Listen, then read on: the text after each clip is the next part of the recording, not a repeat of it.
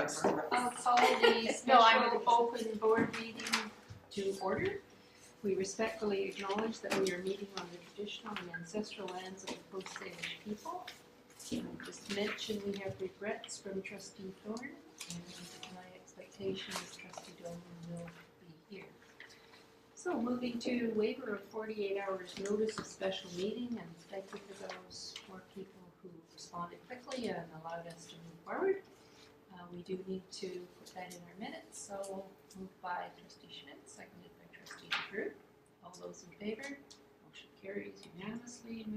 Moving to item 3, which is adoption of the agenda. As it's a special open board meeting, there is only one topic, so moved by Trustee Schmidt, seconded by Trustee DeGroot. All those in favor? Motion carries. Moving to Secretary Treasurer, the reason we are here. Just say. Thank you. Yesterday, the province announced a new student transportation fund, which districts are able to apply for, and the share for School District 79 is $283,524, so it's $14.7 million provincially. The intent of these funds is to enhance transportation services across the province.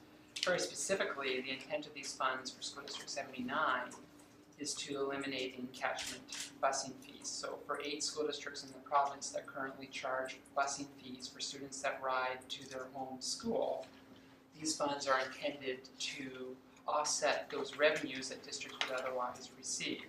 So in the case of our district, our application for these funds will be as simple as to offset the fees for encatchment riders. So that is what they're for. That is how we will get them. If we don't apply in that manner, that doesn't meet the intent of what the grant is for our district. So before you, we have a briefing note which talks about the introduction of the fees.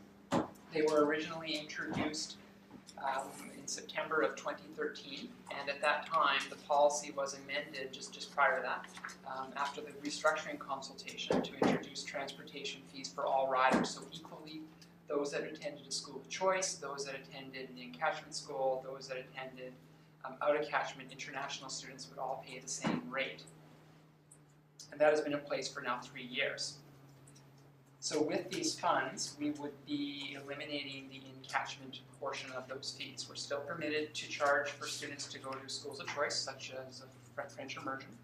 We're permitted to charge for students that go out of their own catchment. We're permitted to charge for international. Those are still in place.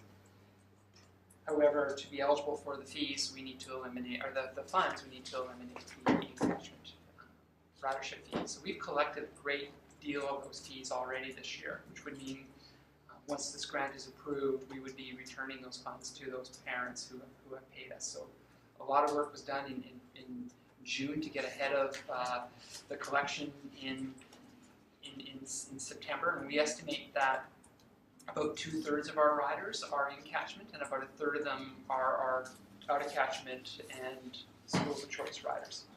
So this would offset the loss in our revenues almost equally to what the grant amount is. So the ministry did a lot of checking before the grant was announced to determine if districts would be in a hardship position should they announce this grant, and they have to eliminate their encatchment bus ridership fees.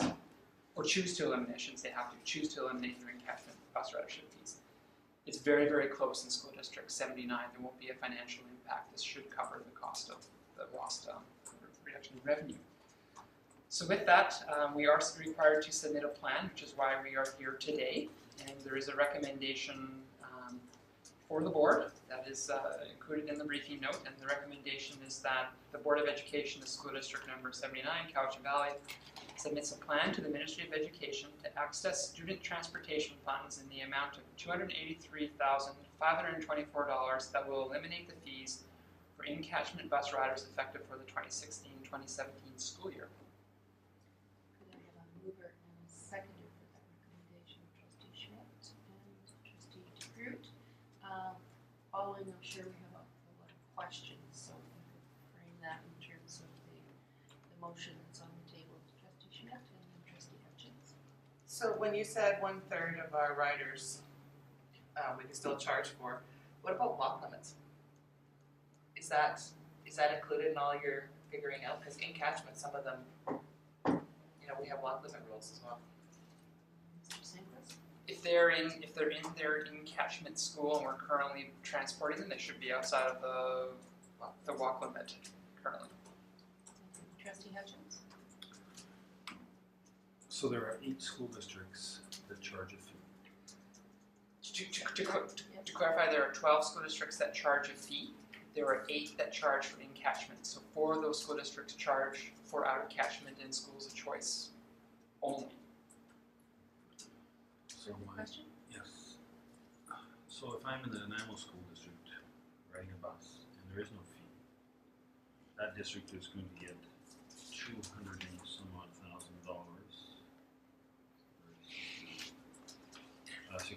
$244,000.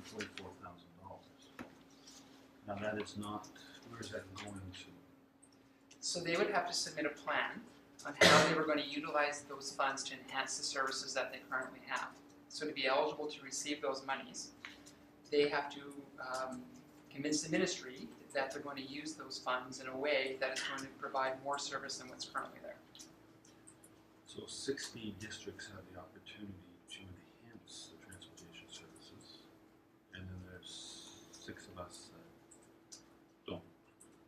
We are able to give a fee back to parents and families. The catalyst of the grant, so the political catalyst of this grant was to eliminate in-catchment busing fees. The distribution model provides funds for all school districts based on their student location factor. So, correct. In other districts, they'll have the opportunity to enhance their services. But we in fact are not adding additional service with the funds. We're taking the load off the parents from having to provide the payment. Thank you. Could you, anyone would go to Trustee Schmidt? How many school districts don't offer transportation? I don't know the answer to that question. There are some. But- Primarily in the lower mainland, Correct. where there's lots of transit. Trustee Groot. Okay, we're talking about changing that policy so that that comes out with transportation. Is this a one-off? Like, is this gonna be this year and maybe never again, and then we change the policy again? I can answer that then, because the minister did phone me to make sure that we had a heads up to this opportunity. And so one of the questions I had was that very thing, was it going up? And he assured me that it was ongoing and it would continue through the block funding from now on. Other questions, comments? Trustee Crott? Do you have the precise numbers? In other words, we'll take in 283,000, but we've, for lack of a better word, forfeit how much in busing fees? Approximately 270,000. Okay. So they're very close. And that is an estimate. That was done very quickly, looking at the registrations that we have currently within our transportation system and looking at the past year's registrations in our transportation system. But that would be my estimate. So I think they're very close. And so we would still be charging non-catchment schools? Have we done that before 2013? We have had years in the past where there has been transportation fees and for out-of-catchment riders. But they were short-term. Okay, so now and again, we have done it We have done historically. it historically, yes. Trustee Hutchins? I'm still struggling with the fact that other districts are going to get an enhanced transportation system in this form. I don't understand why that would be. Talk about the 2-tier system, how that number thing, 2 pots of money.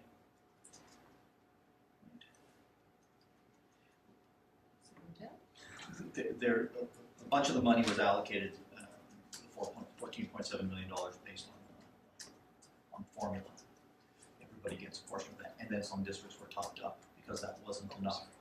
So we are getting more than our formula allocation because we are a fee-paying district. Okay. So it's not totally So it's unfair. not correct.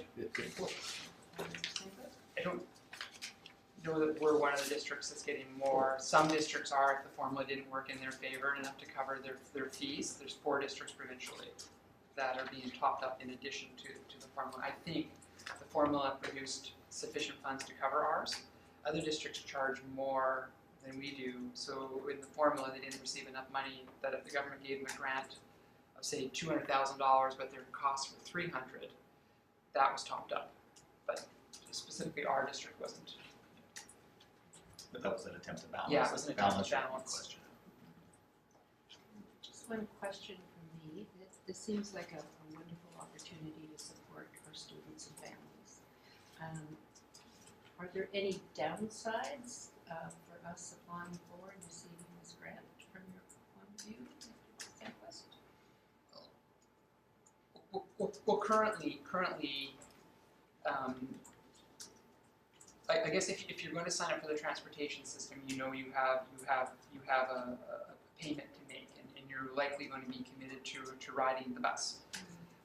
If we don't have fees attached to encashment riders, we could see riders who might ride once a month now sign up for the transportation system, which would put some additional riders potentially on the bus system, and we'd have to see what the impact of that would be. But I do see that with the fee elimination, somebody may now sign up for busing services, be a registered bus rider, but only ride very infrequently. Where currently, if you're paid, you're riding pretty much regularly, I believe.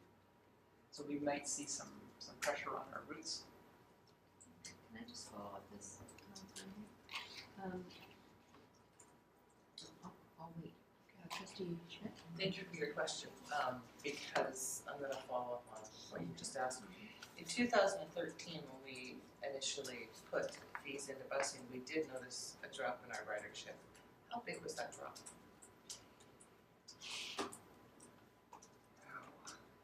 And did the ministry account for that in this grant? The ministry, in our discussions with the superintendent I had, are aware that there could be additional riders that might now be part of the system that weren't before because there was a financial fee. Where did we drop? I don't know that we really know. What we know is that we now knew who was on the bus versus who wasn't.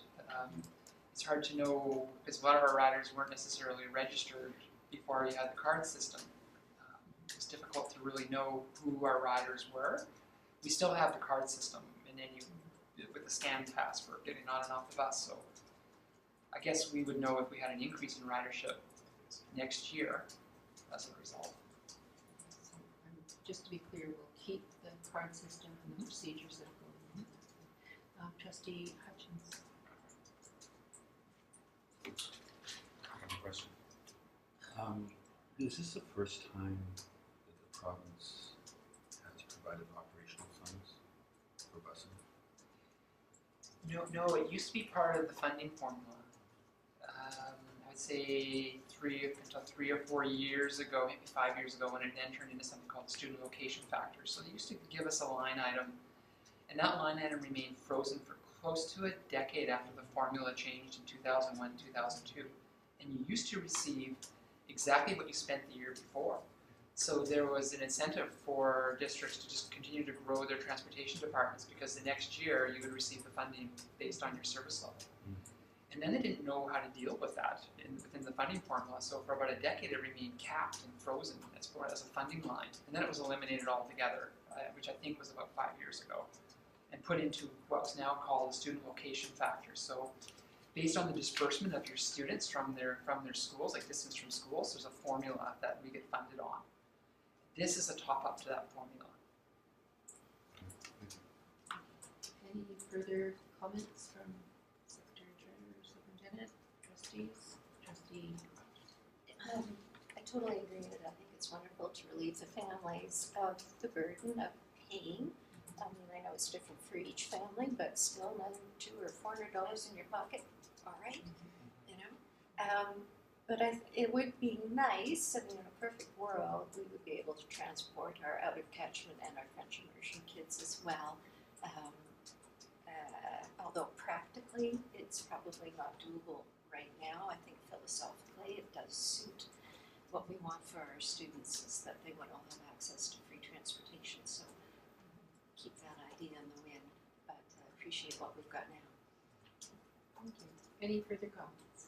Motion on the floor. Seen the recommendation by the Secretary Treasurer. All those in favor? Motion carries unanimously. So moving to adjournment. Adjourn. We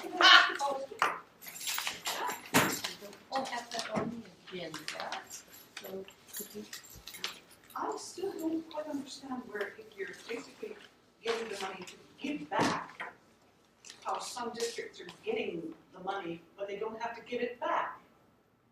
I don't quite understand how we're benefiting by that. That is not at all clear to me as just a kind of somebody sitting here on the other side of the board table. Could I just answer that? From our point of view, because we have students paying, that's the intent of that money. But the overall framework in the ministry release talked about other options for using the money. So, for example, reducing the time students are on a bus. I know in the north, I've heard students are on buses for 90 minutes a day, and that's kindergarten up. So I would assume that one of the things they could do, but they have a choice of areas that they can enhance their bus services by, that could be one of their choices. Yeah, and I saw also mentioned things that had nothing to do with busing. I mean, like they could enhance education in other ways. I think personally that was a phrase to kind of capture things that they didn't think of that would also enhance the busing. But over to Secretary Treasurer, did you wish to add? It is a student transportation fund. So it is intended, and if you look at the news release, most of the items that they have listed here are talking about routes or partnerships with transit. It's quite, they're not driving what those boards are supposed, have to do, but it does need to be something transportation related, I believe, to be able to have your plan approved. It has to be transportation related. Yes, this is a student That was not transportation. the understanding I had. It's a student transportation fund, so it's to enhance the service level. Okay, we're partway through adjournment, moved by trustee DeGroote, Sorry. seconded by trustee Schmidt. All those in favor? The motion carries. Thank you for coming in the middle of summer.